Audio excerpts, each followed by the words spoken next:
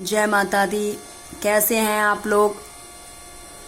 मैं माता रानी से प्रार्थना करती हूँ कि माता रानी सदैव आपकी रक्षा करें और आपका मंगल करें।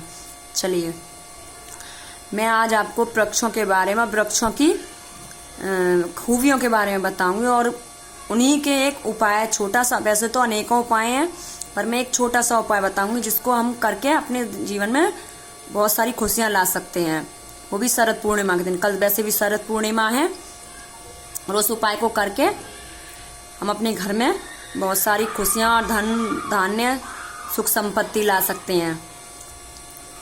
हम लोग अपनी प्रकृति के बारे में भूल चुके हैं। चलिए, आज मैं आपको अपनी प्रकृति के बारे में थोड़ा रूबरू कराऊंगी। आप लोगों के आसपास अनेकों वृक्ष होते हैं, अनेकों घास फूस, जिसे हम ऐसे ही समझ लेते हैं, पर नहीं, वो ऐसे ही नहीं होती हैं। उनकी अपनी अपनी एक खूबी और एक अपना अपना स्थान होता है जिसमें भगवान ने कोई भी वस्तु बनाई है, कोई भी चीज बनाई है, वो उसकी अपनी एक स्थान दिया है। हाँ, वो बात अलग है कि हमें उस चीज के बारे में इतना ज्ञान नहीं है। तो चलिए, आज उसी ज्ञान को मैं आगे बढ़ाती हूँ। आप सब लोग एक वट का वृक्ष तो जानते ही होंगे।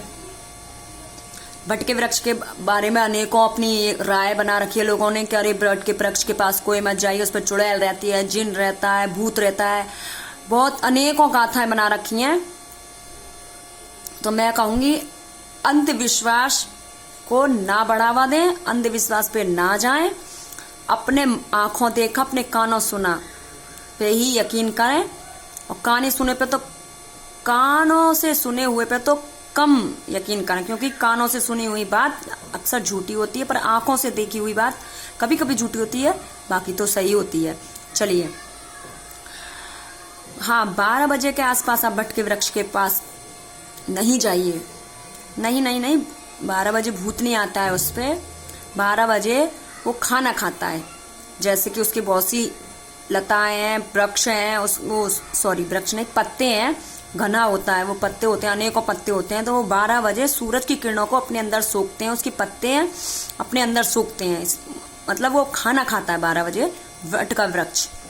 जैसे हम कहते हैं कि कोई किसी व्यक्ति को खाना खाते समय नहीं रोकना चाहिए, नहीं टोकना चाहिए, नहीं छेड़ना चाहिए, वो गुस्से में आकर श्राप दे देगा। ऐसे ही उसी प्रकार हम वो 12 बजे उस वट के वृक्ष के पास नहीं जाना चाहिए, क्योंकि वो खाना खाता है, इसलिए। चलिए, मैं आपको आगे बताती हूँ। तो करना क्या है, एक छोटा सा उपाय करके आप अपने जीवन में खुशहाली ला सकते हैं। बहुत छोटा सा उपाय जिसको आप आसानी से कर सकते हैं।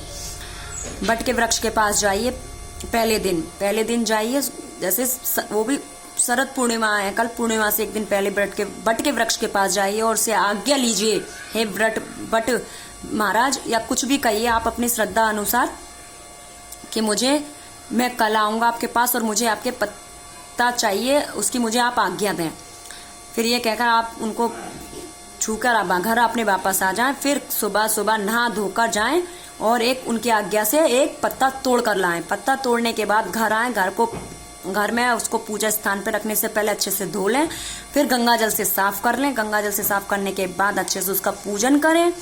पूजन करने के बाद उस पे आप हल्दी से स्वास्तिक बनाएं। स्वास्तिक बना के उस वट वृक्ष के से कामना करें, हे वट वृक्ष महाराज, आपने जैसे अपने चारों ओर छाया फैलाई हुई, उसी प्रकार मेरे घर में खुशहाली की छाया फैलाएं और मेरे घर में सुख समृद्धि लाएं। इसी प्रकार अपनी कामना को उनके सामने रखें और जितनी भी आपकी इच्छाएं सुख समृद्धि की, धन धान्य की, आप उनके सामने रखें और उनका पूजन करें। आप ये उपाय करके देखिए शरद पूर्णिमा के दिन, जो कि कल है। आप ये उपाय जरूर करके देखें कल, और उसकी पूजन करने के बाद आप अपने मंदिर में ही छोड़ दें उस पत्ते को। जब सूख जाने के बाद आप उसको जल प्रभावित कर दें किसी अच्छे जल में, और आप इस उपाय को करके देखें आपको कितना लाभ होगा। जय माता दी।